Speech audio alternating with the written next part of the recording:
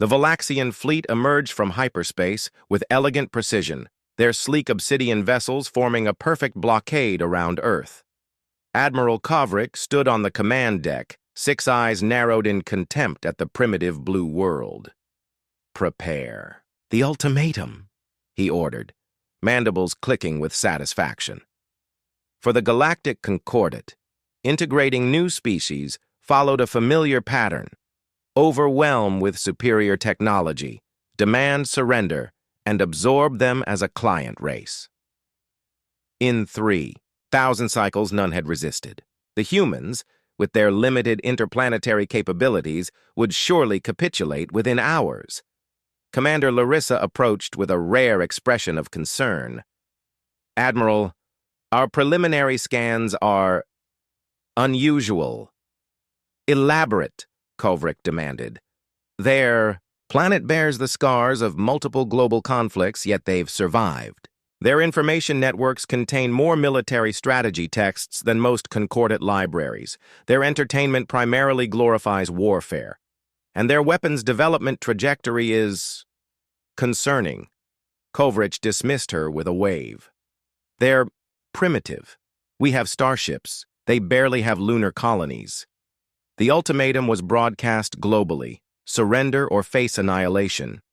The Concordate gave Earth's nations 24 hours to respond. What happened next shattered 5 millennia of Concordate doctrine. Instead of the expected diplomatic panic, Earth's communications fell silent. Kovric interpreted this as fear, until defense satellites went dark and tracking systems detected massive movements across the planet's surface. Major Deck's tactical officer suddenly shouted, "Multiple launches detected! Thousands! No, tens of thousands!" "Defensive posture," Kovric ordered, still unworried. "Their primitive missiles can't—" He never finished. The first wave wasn't aimed at the ships, but at precise points in space ahead of them. Nuclear detonations created an electromagnetic pulse storm that temporarily blinded Concordate sensors. Through the confusion came Earth's response, delivered by a grim-faced woman identified as Admiral Ravana Okafor of the newly formed United Earth Defense Force. "The Valaxian Concordat has committed an act of war against humanity. You believed you found another easy conquest. Instead, you found the one species in this galaxy that has never stopped preparing for this moment. We've been fighting ourselves for millennia. Now we finally have someone else to fight." As Concordate shields flickered under the assault of military satellites that had suddenly revealed previously hidden weapons systems, Kovric realized a terrible truth. The Concordate had never encountered a species that had evolved through warfare rather than despite it. Earth wasn't just fighting back. They were executing battle plans that had clearly been prepared long before first contact. Somehow, humanity had always expected the stars to bring enemies, not friends. The battle for Earth had begun, and to the shock of the galactic concordate, the primitives weren't just resisting, they were winning. 12 hours into what should have been a routine subjugation, Admiral Kovric's flagship, the Imperial Decree, listed badly to starboard, 3 of its 6 propulsion rings shattered by what primitive humans called kinetic kill vehicles, essentially intelligent tungsten rods dropped from their orbital platforms. "Impossible," Kovric hissed as another Concordate cruiser exploded. "Their technology is centuries behind ours." Commander Larissa's voice was steady despite the chaos. "It's not about technology, Admiral. It's about mindset.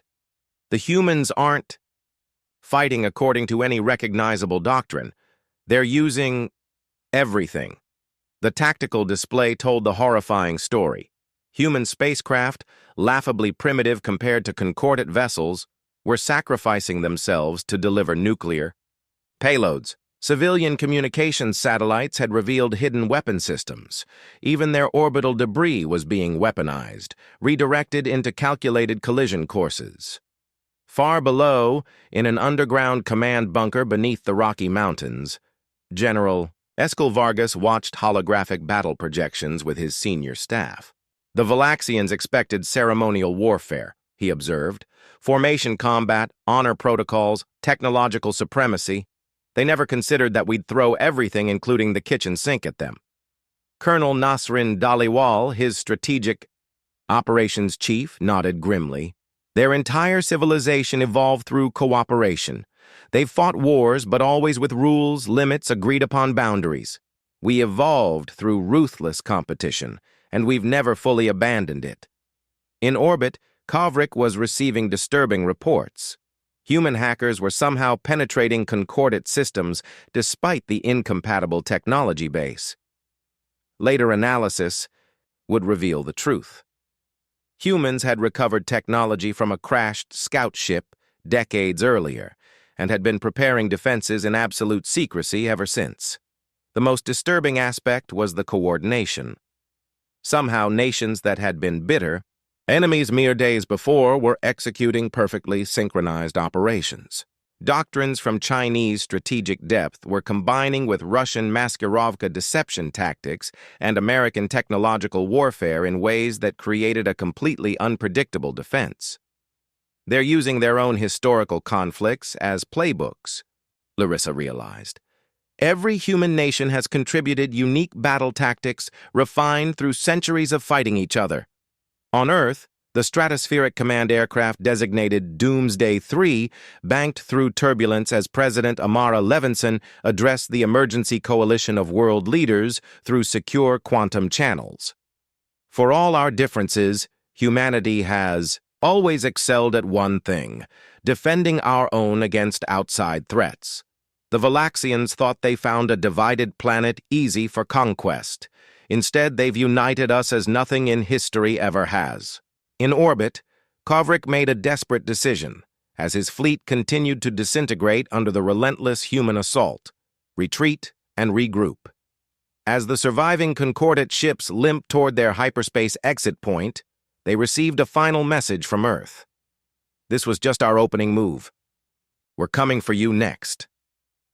For the first time in concordate history, a subjugation fleet was retreating in defeat, and the implications would soon shake the galaxy to its foundations.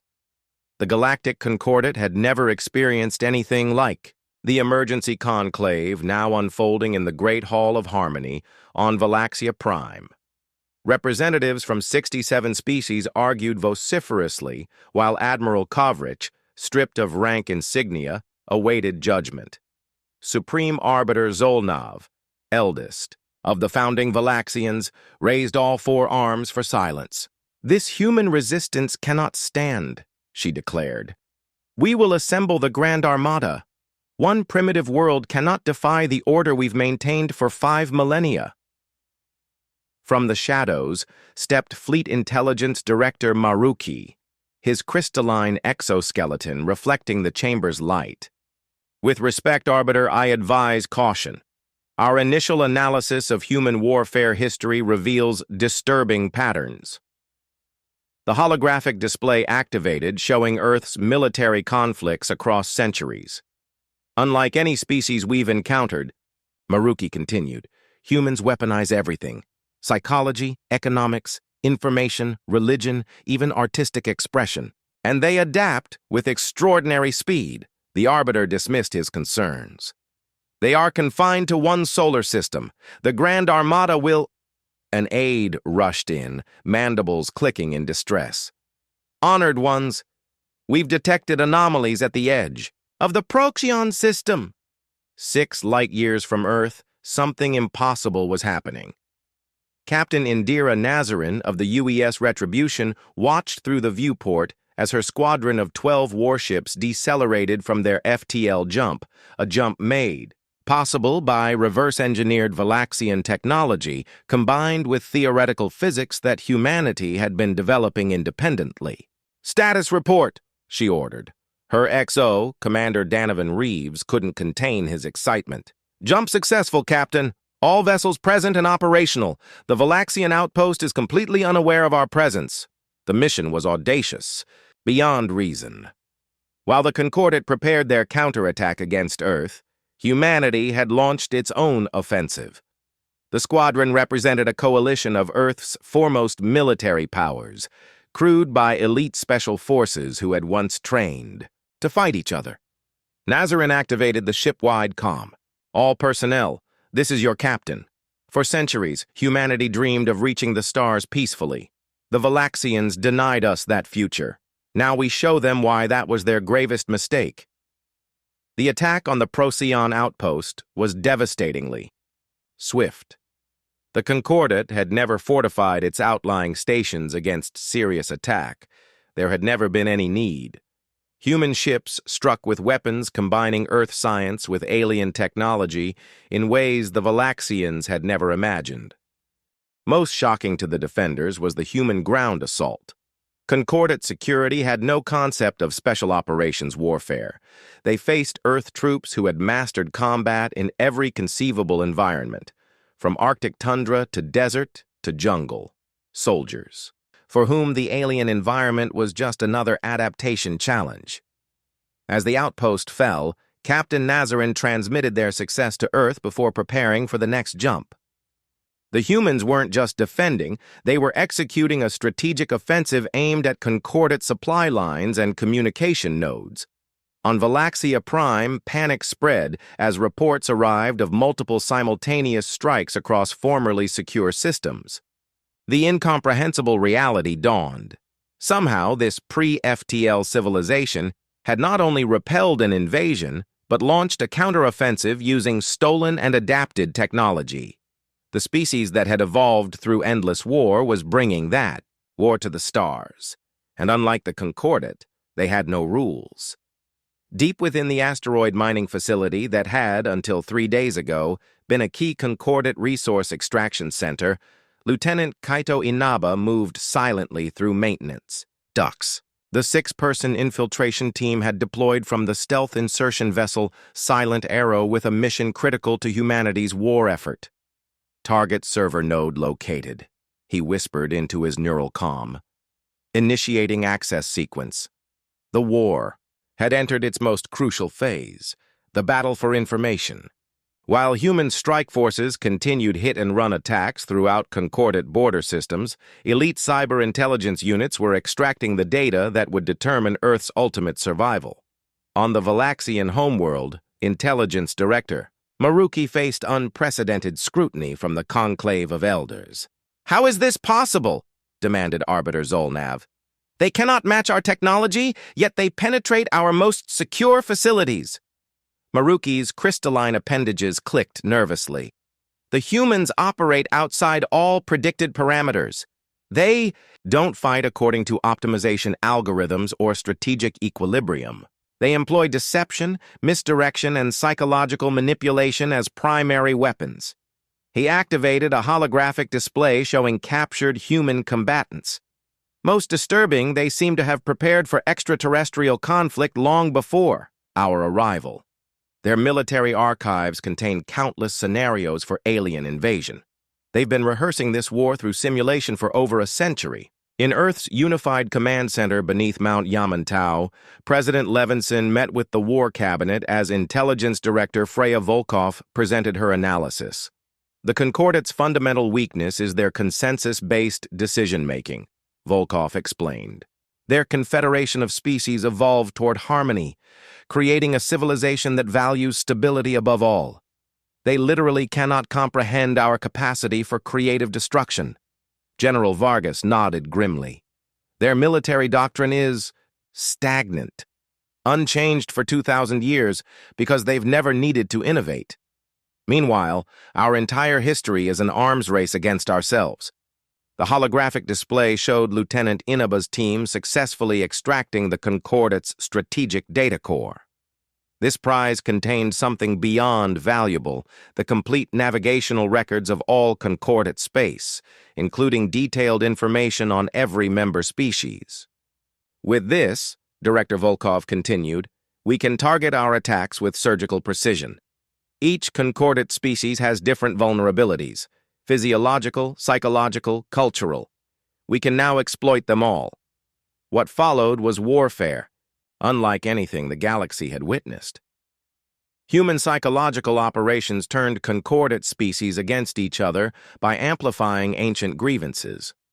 Economic warfare targeted resource dependencies. Special operations teams smuggled advanced weapons to subjugated worlds ripe for rebellion.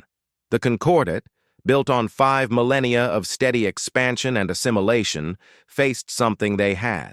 No protocols for asymmetric warfare on a galactic scale, orchestrated by a species whose entire evolutionary history had optimized them for conflict innovation. As Lieutenant Inaba's team fought their way back to their extraction point, surrounded by Concordat security forces, he activated the facility's self-destruct sequence, another concept alien to Concordat military thinking. "For Earth," he whispered as they made their final dash to freedom, carrying the data that would help humanity survive. Across 17 star systems, the impossible war continued. Primitive humanity somehow holding its own against the vastly more advanced galactic Concordat, transforming from prey to predator through the alchemy of warfare refined across bloody millennia of fighting themselves. 3 months into a war that should have ended in days, the galactic Concordat faced an existential crisis beyond military defeat. Across their carefully ordered society, something more dangerous than human weapons was spreading: human ideas. On the contested world of Proxima Centauri II, Valaxian Commander Tellus addressed assembled representatives of the Concordat occupation force from inside a heavily fortified compound. "The situation deteriorates daily," he reported grimly. "Human propaganda continues to spread among subject populations. They broadcast concepts of self-determination and resistance that contradict the harmony principles. On 17, formerly pacified worlds, unprecedented uprisings had erupted as subjugated species embraced human revolutionary doctrines. The most dangerous human weapon wasn't their adaptive technology or unpredictable tactics, it was their mimetic warfare. Admiral Vrexil, who had replaced the disgraced Kovrik, activated a secure communication channel to Valaxia Prime. Supreme. Arbiter, we must negotiate. These humans are unlike anything documented in Concordat history. His transmission abruptly terminated as proximity alarms wailed. Outside the compound perimeter, resistance fighters led by human advisors had breached the security grid. Meanwhile, aboard the UES Prometheus, humanity's first true battleship constructed with reverse-engineered Concordat technology, Fleet Admiral Ravana Okafor reviewed the latest strategic assessment with her War Council. "The Concordat is fracturing precisely as predicted," noted Strategic Operations Director Magnus Raveneye, his weathered face illuminated by the holographic display showing rebellion hotspots across Concordat space. "Their entire civilization is built on stability through hierarchy. We've introduced chaos into their perfect order." Admiral Okafor nodded. 5,000 years of peace made them forget the creative potential of conflict. Every human culture has myths about overthrowing oppressors. We've weaponized our revolutionary heritage. The strategy was devastatingly effective.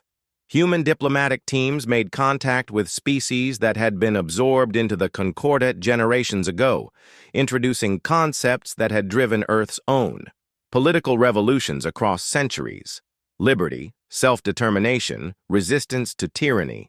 To species long accustomed to Concordat protection and control, these ideas spread like wildfire. The Delvarians, master engineers relegated to technical support roles, began sabotaging Concordat infrastructure. The telepathic Marissi, used primarily as communication relays, started transmitting modified messages filled with revolutionary content. On Valaxia Prime, the conclave of elders confronted an unprecedented philosophical crisis. Elder philosopher Jex An addressed the emergency session. "For 5 millennia, we have expanded through the principle of benevolent absorption.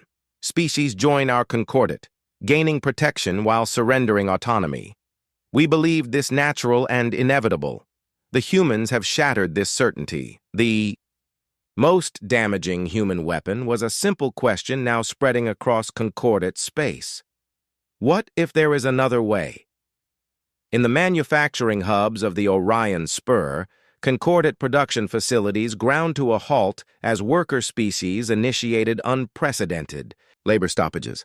On frontier worlds, colonial administrators faced open defiance from formerly compliant populations, and everywhere, transmitted through communication channels, distributed via data nodes, whispered in gathering places, stories of human history, where oppression was met with revolution, where tyranny triggered resistance, where hierarchies were overthrown and rebuilt. The concordate had encountered primitive species before, but never one whose cultural arsenal included so many templates for overthrowing established order. Humanity didn't just excel at physical warfare. They had perfected ideological warfare through centuries of internal conflict. As Admiral Okafor prepared the next phase of Earth's offensive, she understood something the concordate couldn't. Humanity's greatest strength wasn't their weapons, but their capacity to imagine alternatives to the status quo and fight for them. The Great Hall of Harmony on Valaxia Prime had never hosted non-concordate representatives. For 5 millennia, other species came here only after subjugation, to be instructed in their place within the hierarchy. Today, everything changed. Supreme Arbiter Zolnav, flanked by representatives of all 67 concordate species, watched with complex emotions as the human delegation entered. Led by Admiral Ravana Okafor and President Amara Levinson, the Earth representatives walked not as supplicants, but as equals, perhaps even as victors. "This conclave is now in session," announced Zolnav, her voice betraying weariness accumulated. "Through 9 months of a war unlike any in concordate history, we are gathered to discuss terms of cessation of hostilities." The concordate had never negotiated peace. They had always dictated terms. But across 40 star systems, their carefully constructed order lay in disarray. Nearly a third of their subject species had declared independence. Supply chains had collapsed. The magnificent Grand Armada had been reduced to fragmented battle, groups fighting desperate defensive actions, all because they had chosen the wrong planet to subjugate. President Levinson stepped forward. Though physically unimposing compared to the towering Valaxians, her presence commanded the chamber. "For thousands of years, your concordate expanded across the stars, encountering species who had evolved through cooperation. You found civilizations that developed technology before developing effective warfare. Easy conquests, all of them." She gestured toward Admiral Okafor, who activated a holographic display showing Earth's violent history.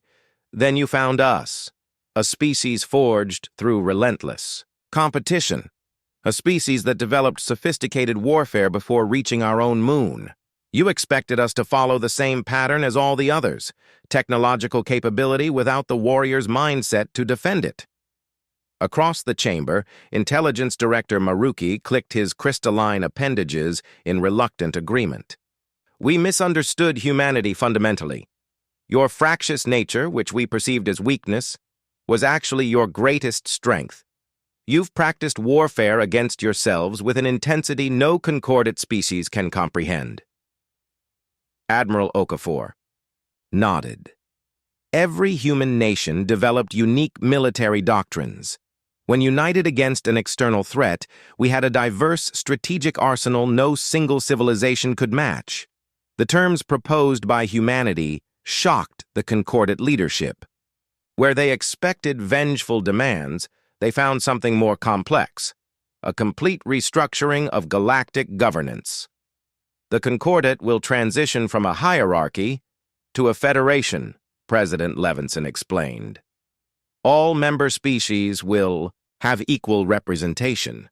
Subjugated worlds may choose independence or federation membership through free determination. Most shocking was humanity's restraint.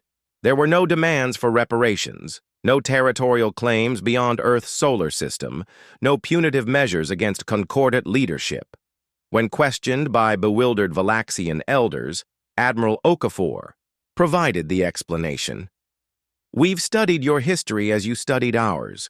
Your Concordat brought 5 millennia of stability to this region of the galaxy. Flawed stability, built on hierarchy rather than equality, but stability nonetheless. We don't wish to destroy that legacy, only to transform it. As negotiations proceeded, the truth became clear. Humanity's mastery of warfare had led them not to conquest, but to a profound understanding of peace's value. They had fought themselves nearly to extinction multiple times and learned lessons the Concordat never could. The final accord, signed after 3 days of intensive negotiation, became known as the Valaxia Treaty, establishing the Galactic Federation to replace the Concordat. At its core was a principle humanity had learned through bitter centuries of bloodshed. Lasting peace comes not from dominance, but from mutual respect born of understanding each other's strength. As the human delegation prepared to depart, supreme, Arbiter Zolnav approached Admiral Okafor privately. "You could have destroyed us," she observed. "Why didn't you?" Okafor smiled grimly. "Because we've seen where that path leads. On Earth, every empire that ruled through force alone eventually collapsed. True civilization begins when warriors understand that their greatest victory comes not from defeating enemies, but from transforming them into allies." Across the galaxy, a new era dawned, one shaped by the species that had mastered war so thoroughly they recognized the wisdom in transcending it. Before civilization, there was war, and humanity had indeed shown the galaxy how. But they had shown something more important, what comes after war, when warriors choose to build rather than destroy.